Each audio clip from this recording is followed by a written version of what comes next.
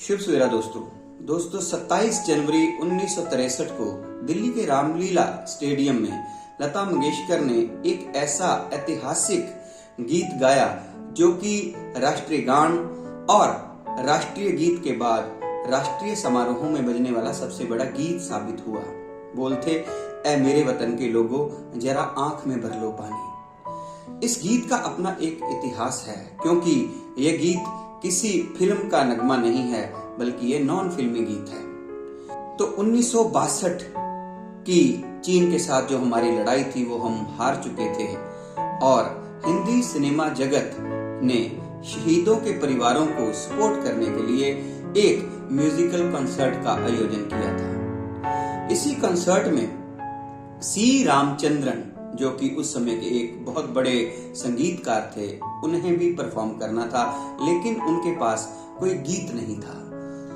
तो सी रामचंद्रन इस गीत के लिए अपने मित्र रामचंद्र द्विवेदी, जिन्हें कि हम कवि प्रदीप के नाम से जानते हैं, उन्हें प्रार्थना की कि वो उनके लिए एक गीत लिखें।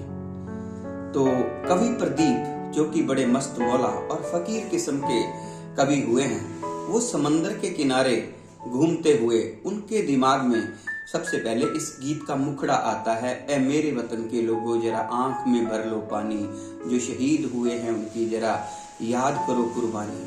तो ये कवि मन में जैसे ही ये मुखड़ा आया तो उनके पास पेन भी नहीं था और उन्होंने उसी बीच पर घूम रहे एक व्यक्ति से पेन लिया और एक डिबिया ली, जो कि वहां पे पड़ी हुई थी जमीन के ऊपर, सिगरेट की डिबिया।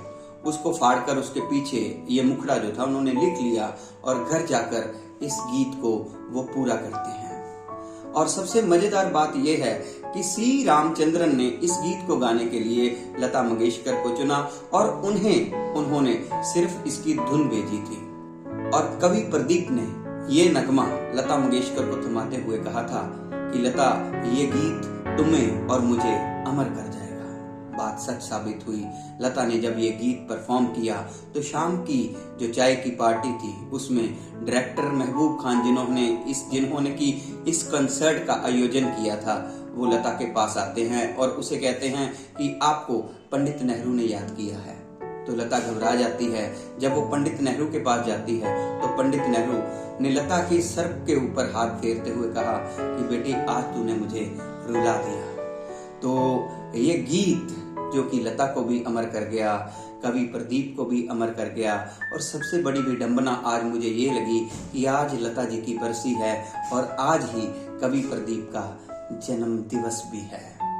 तो ये दोनों पवित्र और संत आत्माएं जो हैं, उनको हम कोटि कोटि श्रद्धा नमन भेंट करते हैं। इधर से गुजरा था, सोचा सलाम करता चला।